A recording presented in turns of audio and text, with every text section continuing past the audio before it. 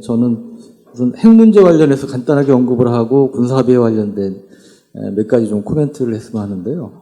오늘 아침 보셨 분들은 아시겠지만 폼페이오 장관이 이제 어제 북한을 가서 김정은을 만나고 오늘 중국을 갔습니다. 그리고 일부 진전이 있다고 얘기를 해서 뭔가 보니까 풍계리 핵실험장에 사찰단 수용을 하겠다는 입장을 밝혔다는 게 이제 제일 큰 지금까지 드러난 뉴스가 되는데, 이것은 결국은 많은 분들이 우려했듯이 북한 핵 문제가 단시일 내에 결코 쉽게 해결될 수가 없다. 그리고 북한은 기본적으로 질질 시간을 끌면서 조금씩 스텝 바이 스텝 살라미 전술로 나갈 걸로 예상이 됐는데 역시나 그렇게 가고 있다는 것을 보여주고 있습니다. 그래서 결론은 미북 간에 또 우리 남북미 간에 합의가 되더라도 결국은 아까 박 교수님 말씀하셨듯이 어느 정도는 핵무기를 우리가 머리에 이고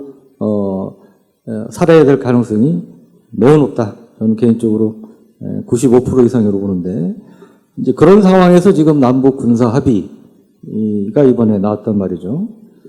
그래서 그런 점에서 이 재래식 군사력 면에서 사실은 수적인 면이나 이런 면에서 우리가 상당한 열세 있는 상황인데, 여러 가지 앞에서 지적해 주신 이제 그런 문제점들이 있다고 봅니다. 근데 여기서 저는 이제 언론의 입장에서 몇 개 좀 포인트를 짚고 싶은 게, 우선 아까 신 장군님이나 차 장군님께서 다 지적을 해주셨지만, 저는 강론에 앞서서 가장 큰 이번 합의의 이 독소조항이라고 그럴까요? 그것은 이 남북 군사 공동입니다. 여기서 군사 훈련은 물론이고 무력 증강이라고 표현했는데 전력 증강이죠. 전력 증강이라든지 이런 것들을 다 협의를 통해서 협의를 해야 되는 그러한 상황을 만들어놨다는 것은 앞으로 우리 삼축 체계는 물론이고 기본적인 재래식 포병 전력이든 뭐든 북한이 얼마든지 꼬투리를 잡을 수 있는 이런 상황이 됐다는 게 저는 굉장히 심각한 사안이고, 앞으로 두고두고 아마 우리 발목을 잡을 유일한 문제가 아닌가 싶고요.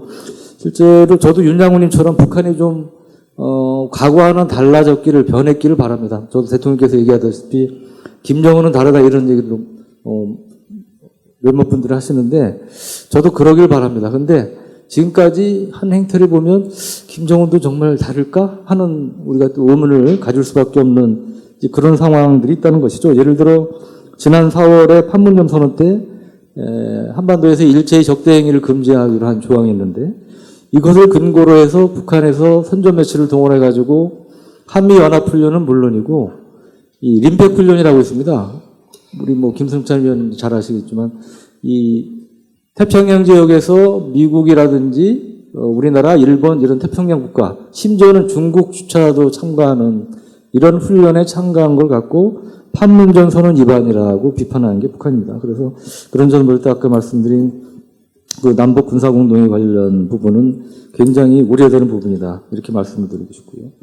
두 번째로 서해의 완충구역과 관련된 문제인데, 저는 이거를 우리 정 의원님이나 국방에 계신 의원님들께서 한번 한번 정확히 조사를 한번 해줬으면 좋겠다는 생각이 드는데, 뭐냐면 국방부에서 처음 발표한 자료나 이 표현을 보면 이 완충수역이라고 표현했습니다.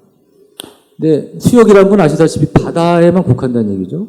근데 그 뒤에 이제 우리가 북한보다 훨씬 많이 양보했다. 이 바다 쪽에 이제 양보한 면적이 넓다. 그 다음에 NLL 기준으로 할 경우 우리가 85km고 북한은 50km에서 우리가 35km를 더 양보했다. 그러니까 그 다음 날부터 이제 국방부에서 해명하기 시작한 게, 이거는 바다만 포함된 게 아니고 황해도 내륙까지 포함한 직사각형 구역입니다. 그래서 직사각형 구역 내 내륙 안에서는 북한의 방사포라든지 아까 말씀하신 이런 각종 포병 전력의 타격 훈련도 금지하기로 했습니다. 그러면서 이제 완충 구역이라는 표현을 씁니다. 근데 저는 정말 북한이 내륙 지역, 황해도 내륙 지역의 그런 방사포라든지 장사정포라든지 이런 부분에 대해서 훈련까지 동의를 했는지, 저는 그런 뭐 좀 석연찮은 점이 있어요. 국방부가 워낙 자꾸 말을 바꾸다 보니까 이제 그런 의구심이 들 수밖에 없는데 저는 그 국방위에서 그런 부분들을 의원님께서 한번 정확하게 경위 파악을 한번 좀 해주시면 좋지 않을까 싶고 또 하나 이와 관련해서 이번에 이제 군사합의 관련해서 이제 많은 분들이 지적을 하셨지만 그러면 이거를 약속을 어떻게 지키는지 어떻게 감시 확인하고 검증할 것이냐 하는 문제가 있죠. 예를 들어 황해도 내륙 지역에서 북한이 포병훈련 안 한다고 그랬는데 그럼 뭐 해안 가까이서 하면 포소리나 이런 거 통해서 확인할 수 있겠지만 내륙 지역에서 하는 걸 어떻게 확인합니까? 24시간 다만 뭐 UAV를 띄울 수 있는 것도 아니고 정찰위성이 볼 수 있는 것도 아니고 그래서 감시 검증 문제가 있는데 이런 감시 검증 문제에 대해서 우리가 체크를 할 필요가 있다 이런 생각이 듭니다.